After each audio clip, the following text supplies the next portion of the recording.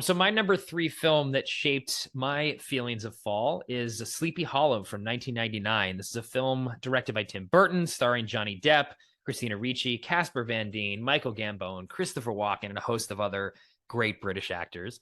The IMDb plot summary: Ichabod Crane is sent to Sleepy Hollow to investigate the decapitations of three people, with the culprit being the legendary apparition, the Headless Horseman. So this film is in a similar way to what we just talked about with Far From not Far From Heaven. Jeez, all that heaven allows. Those color palettes being so rich and definitely reminding me of fall. This to me is in the same way, but the other side of fall. Like after all the leaves are gone and everything is dead, before the winter has come and the snow has come. I think this movie, just on a surface level, is captures that incredibly well. Like some of the best production design, takes place in this town in upstate New York, Sleepy Hollow. Donnie Depp's character leaves New York City. This is in the late 18 or mid 1800s. Takes a little carriage ride up there, and just that whole like New England fall town. Again, coming from New England, I guess it's not New England, it's New York, but in that part of the country at least. It's the season when I think of fall. Again, having grown up there, maybe I'm biased, but I always think of a New England town, upstate New York, and this film takes place there. So there's this dead chill in the air that I get through fall, and it's definitely something. This entire film, just from the production design, just fantastic. Actually, I think it won an Oscar for production design, I believe, which didn't. I know it was nominated. Art direction it won for. Definitely deserved for sure. There's that, but then the other side of this too is this is unlike the original Washington Irving short story, which is a little bit of horror, but this film is definitely more of like a mystery, like a cozy mystery, which is a genre I also really associate a lot with the fall season as well. It's like, get a little cold outside. You want to, read something that's, not super scary necessarily, but just a little bit of mystery, but there's a bit of a chill in the air. You want to chill in your spine a bit. And I think what this movie does well is it incorporates this mystery element, which is not in the original short story or the previous adaptations, at least that I've seen of this story.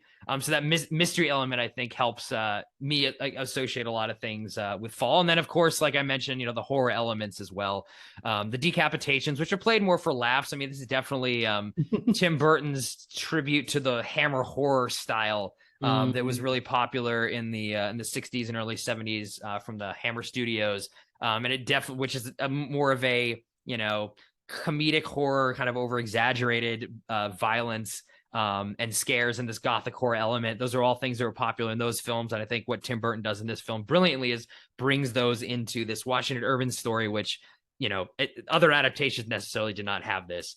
I think also, there's a lot of party scenes, bobbing for apples. Again, these are all things that I would do as a kid every time the fall came around. So it's fun to see those and reminisce about things that I did in the fall too. But again, I think as a film, not only did it have all these elements like I mentioned in terms of fall, but I do watch this film. I don't know about every year, but usually once every other year at least around this time. It puts me in the mood for what, getting that fall feeling, which I don't get in California or in LA, I'll say, where the fall is basically just like a bit of a cooler summer. It's not really a real season. I watch this and I'm like, oh yeah, no, this is kind of what fall was like being in New England with all those aesthetic things I mentioned. But as a film, actually, I think I saw this when it came out. I was a big Tim Burton fan growing up, and it's aged really well for me. Every time I see it, I actually like it better and appreciate it a lot better. From, again, like I said, the incredible production design, Oscar-winning art direction to,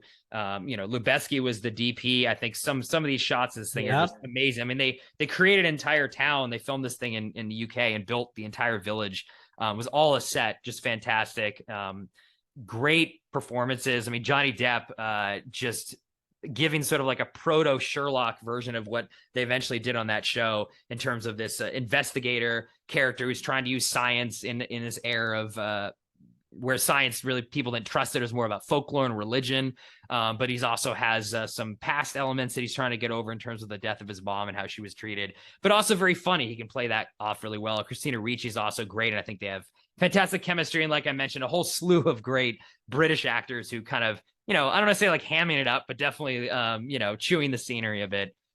So yeah, like overall for me, I think this film has that coziness as a mystery. But really aesthetically, like I watched this and I'm like, okay, this now I'm remembering what fall was like to grow up in a place that had fall. So that's Burton's Sleepy Hollow. Cool. Yeah, I had never seen this movie, no surprise, because I'm not a horror movie person. So I always thought that this was a horror movie, Mm-hmm. but I'd never seen it. So I was happy to check it out. I couldn't agree more with you on the look of the movie, and I was just reminded one more time, like the difference of just practical sets and the care that goes into it and what that does to a story and a movie is just unparalleled. And Mm-hmm. all these super expensive CGI movies, which are supposedly transporting you to somewhere, they're not. Mm-hmm. They never do, at least for Right. me. And so there's such a great reminder just to see that. I thought the movie is very, I mean, it's gory for sure. So it, for me, like that's not a thing I associate with fall. Heads I getting cut get off. exactly, yeah. Yeah. So I don't know if I would ever be watching this movie again, Yeah. Yeah. Yeah. but it was a very gripping story for sure. I was at the edge of my seat throughout the movie. It's very nicely made, like we talked about. Um, and yeah, the chill in the air part, that's happening literally, but also with the themes of the movie. Right. So Right. that's obviously great. Um, Johnny Depp is interesting. Like I don't remember if this movie is before Pirates, right? Yeah. Yeah. Yeah. It's 2 years, 3 years before Pirates, 4 years. I think Pirates is 2003. So yeah, Got it. 4 years before. I sort of saw, and I haven't seen Pirates in a while. I think we saw it together the last Yeah, time I think we it was did. last year or something like that. Yeah. Yeah, so I don't remember it super clearly, but I sort of got feelers of that same, Mm. especially in the beginning parts when he gets there and he's investigating and smart but slightly silly and goofy, a little bit boyish and idiotic but yet smart. All of that was happening, which kind of reminded me a little bit of Pirates, honestly. Mm-hmm. And I don't know, maybe because I have the Pirates thing in my mind, it took me out of this movie a little bit. And it made me also question that the period that you're in, 18, whatever time this is, 18, whatever, Mm-hmm. like, is this how people would be acting? Like everybody else feels very period Yeah. appropriate to me, except for Johnny Depp is just Johnny Depp in this movie and other movies that come after. At least you can see his face. I mean, I'm Oh, sure there's a right. lot of Yeah. makeup, but so I appreciate that. You can see his face because at some point you just don't see his face for Right. like Right. 20, Right. 30 years. Yeah. So Yeah. Yeah. so I do appreciate that. Still very good, very captivating, but that's the one piece that sort of took me out. But maybe I should watch it again.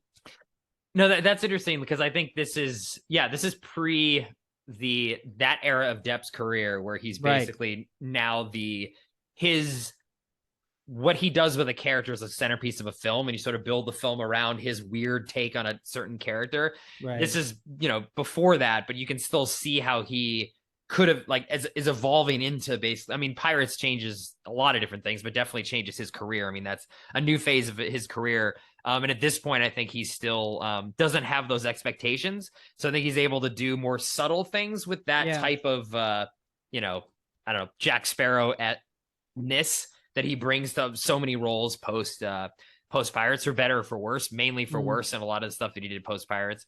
But I actually think this performance, again, maybe easier because I had seen the film at the time before, Right. Pirates, Exactly. so I don't have that like Baggage. yeah, exactly, that baggage that hasn't arrived yet. The baggage is still on its way. That I'm able to kind of get lost in his performance and see a lot of things. Again, I think really influential on these sort of snooty know-it-all like scientist, police investigator, that whole kind of character that has been done so many times Right. since this point.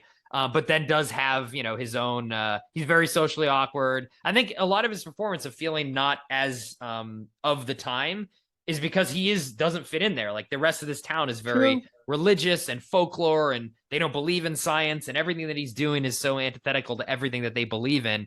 So he does have to kind of stick out a little bit. Honestly, even when he's in scenes in New York, like they are like, oh, you're some weird guy who wants to do like forensic investigations. Get out of here and go into this town. Doesn't like fit in there either. We don't even want you. He's a guy ahead of his time, which I think that last line of the film. So this is about welcoming a new century. So I guess this film must have taken place in either 1899, probably, I guess. Anyway, or 1799. So I think he's supposed to represent like the new generation where we're headed in terms of, you know, police investigations. That's why it's a little weird. But yeah, I actually, when watching this again for this, which I'd seen this film very often and pretty recently too, because I watch it a lot in the fall. I was struck by actually how good the performance was. But I get what you're talking about, the baggage piece. It's hard to look beyond that. Johnny Depp is such a big force in this century, at least, that it's hard to remember back when he was just the actor in the 90s.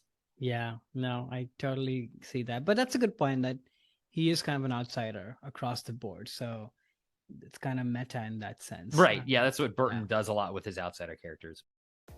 Hey there, it's Alex. If you like the review and discussion Karan and I just had, make sure you subscribe to our channel, Movies That Shaped Us, to get full episodes.